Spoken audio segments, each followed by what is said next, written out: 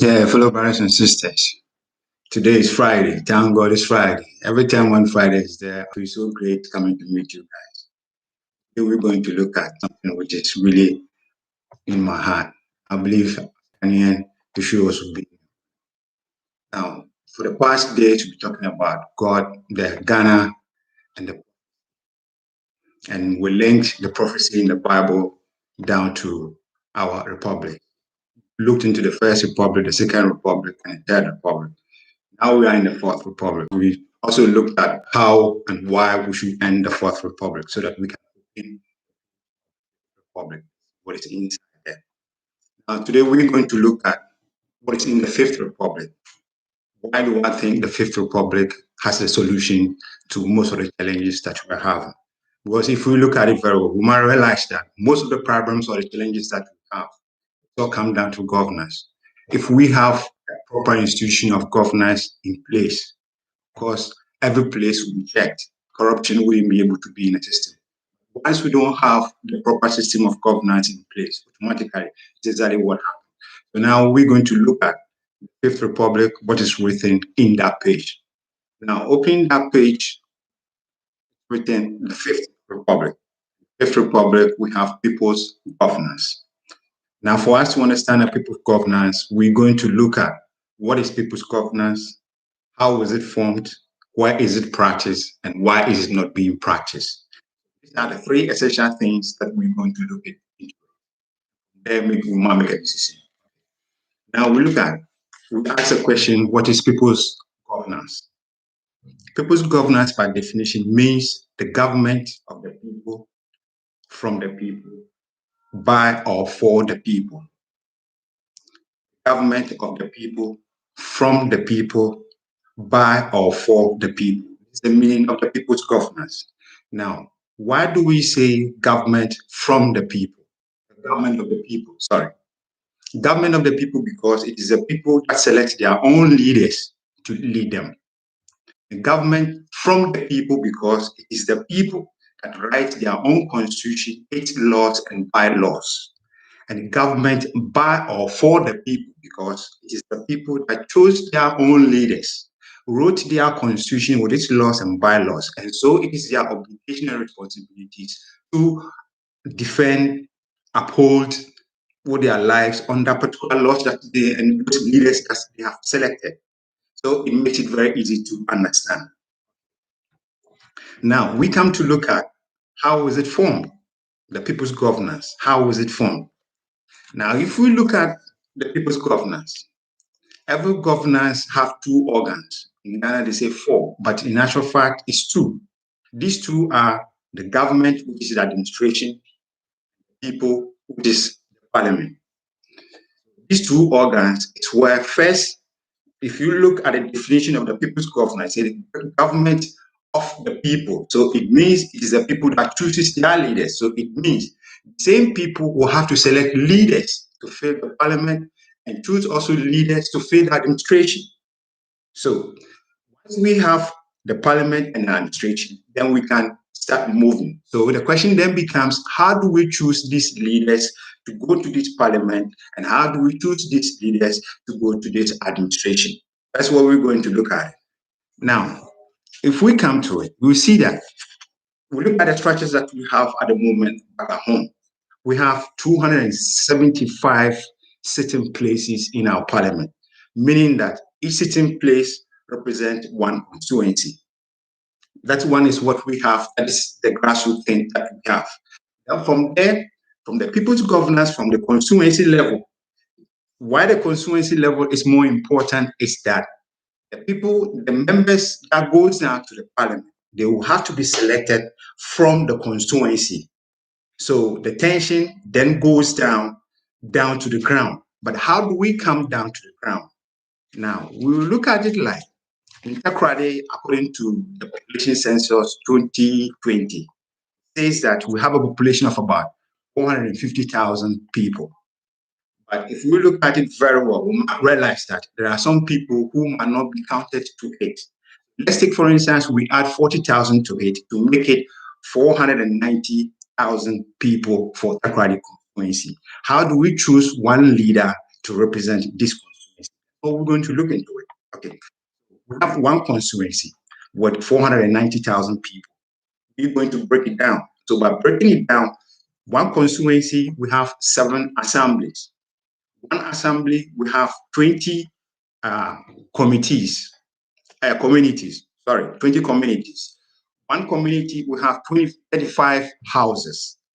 One house, we have 25 doors.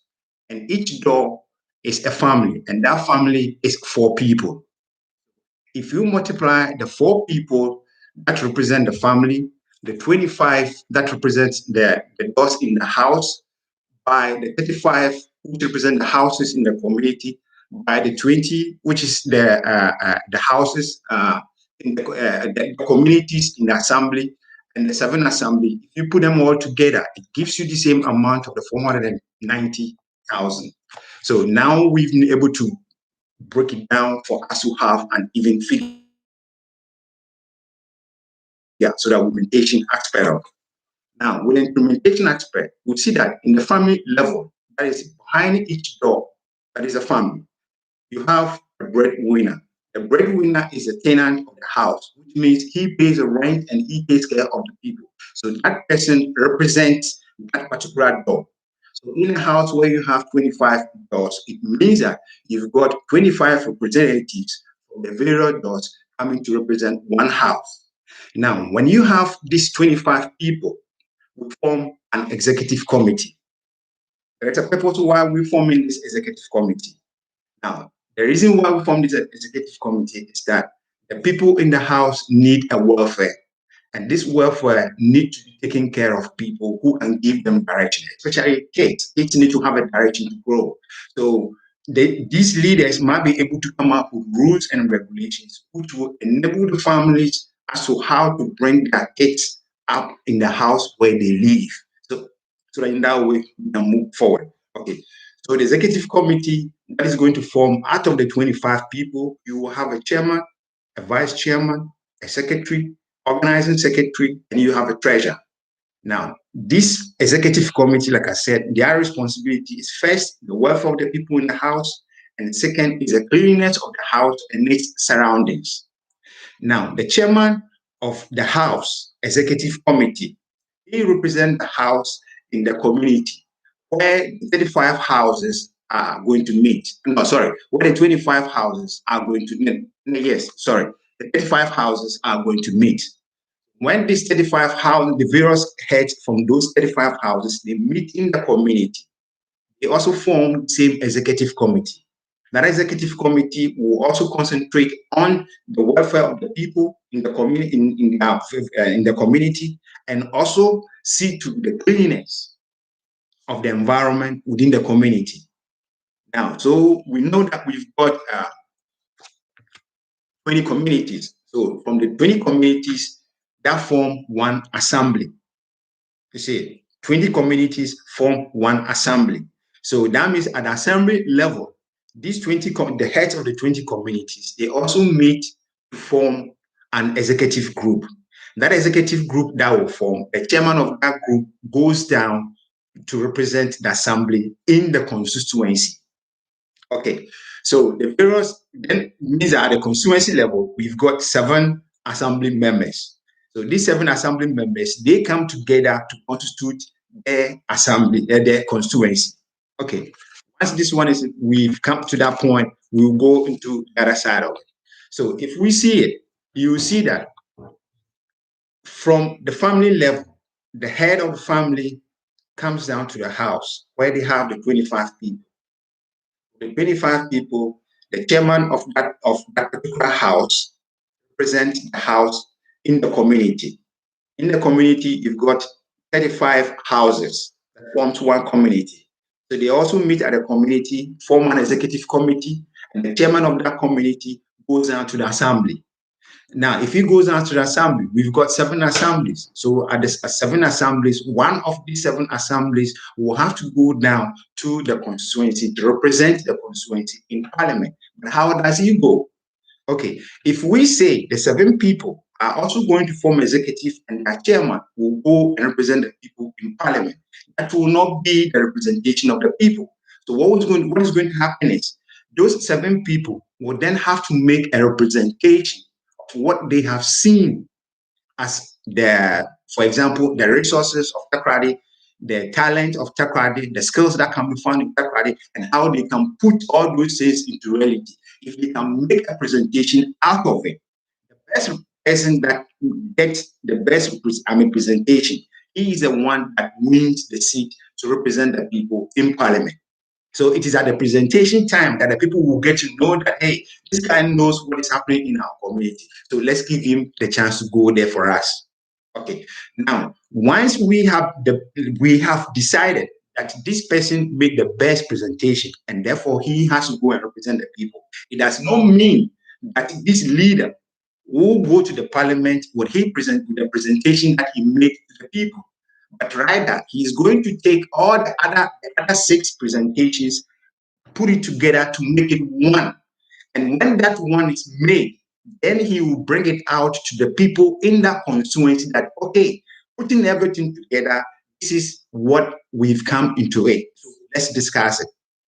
By discussing it, it means that all the radio stations in town, this is where we might need our brothers, the FM stations and the journalists to come over so that we can make some kind of an information dispensation for the people to become aware of what's really happening. So at a point in time when we agree, when the people in the constituency agree that, okay, this is what we want you to send to the parliament, then the leader who will be elected take that presentation and bring it down to the parliament. So now, one constituency, we've got this pilot program. We should do the same thing for all the 275 constituencies, which means we are going to have a parliament that will know exactly the state of the nation. We are going to have a parliament that will know the kind of resources that we have, the kind of talent and skills that we have, the kind of challenges and problems that is facing us. That is where we can have a parliament that will be able to come up with programs that will make people to be aware of their citizenship. Okay, so when we have this parliament, the concentration then comes down to the ministerial cabinet, which is the administration. On the administration aspect of it, we've got 3 steps, which is the ministerial cabinet, the heads of government institutions like the public and civil services. Then we also have the ambassadorial duties and diplomatic duties. All these particular positions will have to go through the parliament, which means an application form will have to be then submitted to the parliament. Here it means that since parliament are the representation of the people's voice, it means that parliament is the owner of the business of Ghana. So they have the opportunity to employ the people that will work there. So anybody who wants to work in the government or in the administration will have to send its application to the parliament. Then not everybody is going to be categorized. So by the categorization, that's what we come down to the ministerial cabinets, the heads of various government institutions, then also those under ambassadorial duties. Now, starting from the ministerial cabinet, Parliament then will issue a statement to the public that there is the need for Ghana to have a minister for education. So any Ghanaian who have the qualification to the basic requirement that will be stated in that statement can then apply through the parliament. When applications comes down to the parliament, parliament will have a committee. That committee will then screen the whole applications that have come to the house. The best out of it will then be presented to the parliament. Then the parliament will make a call. Those that will be picked will be called for them to come and have a chat. At the chat, those that have picked will be able to introduce themselves, why they apply for that position, and why they think that they are the best people for that position. At the end of the day, if let's say, for instance, we should have about 12 people, the first person that wins the position becomes a minister. The second person that follows up then becomes the deputy minister. Then the 10 people out of the 12, the 10 people, we don't leave them to go away. They are Ghanaians, they have learned something, and they are ready to give to put up something. So we have to put them where they belong to. So what we do is, the other thing, we fund them as board of directors for that particular ministry. So if we do the same thing for all the ministries, which we must see them to be important in our governance, because some of the ministries at the moment, I wouldn't say anything out of it, but I'm thinking that there are some ministries which might need more attention than other ministries that we have at the moment.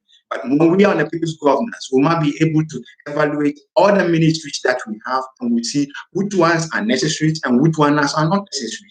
Then we compare them to the sensitive positions that we have in the governance and see what best will come out of it. So that's how it goes there from there.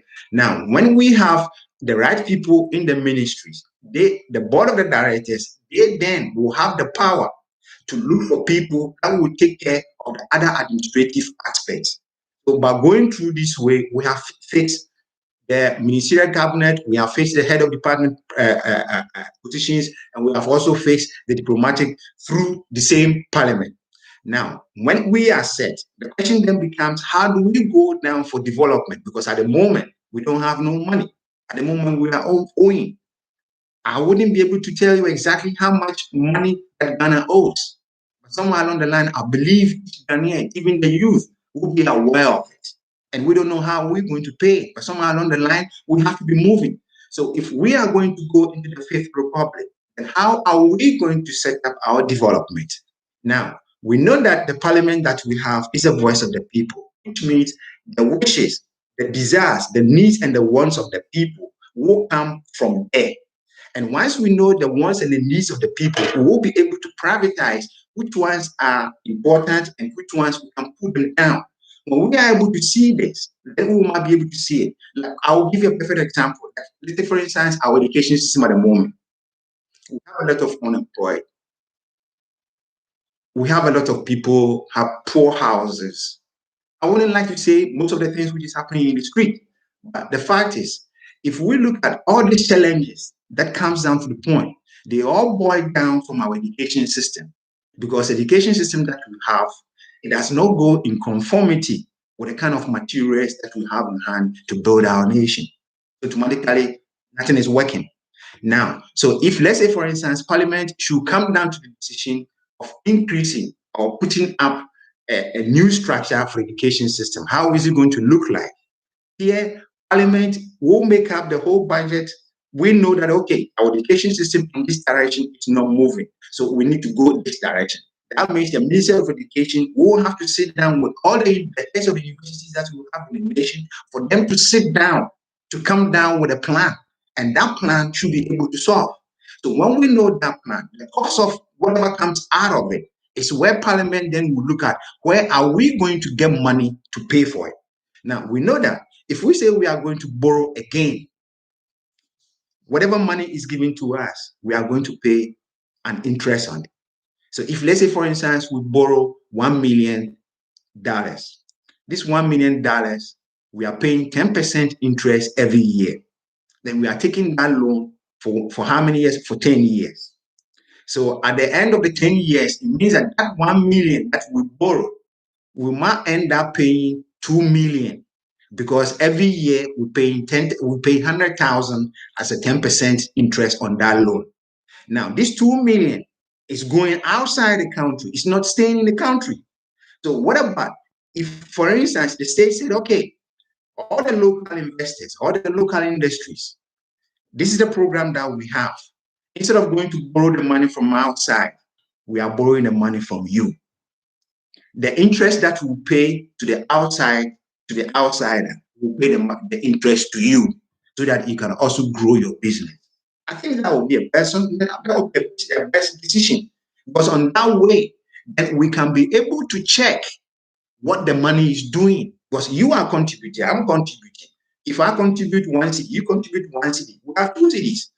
Another 2 cedis from there, 2 cedis from there. And then if you have 10 cedis, and they will give it to Mr. B to go and construct that street. Mr. B promised us for about 2 months, and after 6 months, the street has not been done. Don't you think we can go and action him? That is where we can hold them accountable, because we've given them a mission. You see, brothers and sisters, the mission we have I cannot solve it alone, and you cannot solve it alone. You and I sit and reason together. There is that possibility that we might be able to move. It's Friday. I don't want to take too much of your time. And I know when it's Friday, people have a lot of ideas coming out. But please, at this weekend, just take your time and listen to whatever we have discussed. And let's see what best can come out. There's a hope for us. We only have to close the Fourth Republic Kingdom, then open the Fifth Republic. With the Fifth Republic, there's nothing there that we cannot be able to do. Your idea and my idea will no more be in our heads. Rather, it will be on the platform. Rather, it will be a seed that can generate. Brothers, I hope you like it. If you like it, share it for the other brothers also to get to know what is happening. So that when we all come together and we can reason together, we might be able to find a solution and this that we have.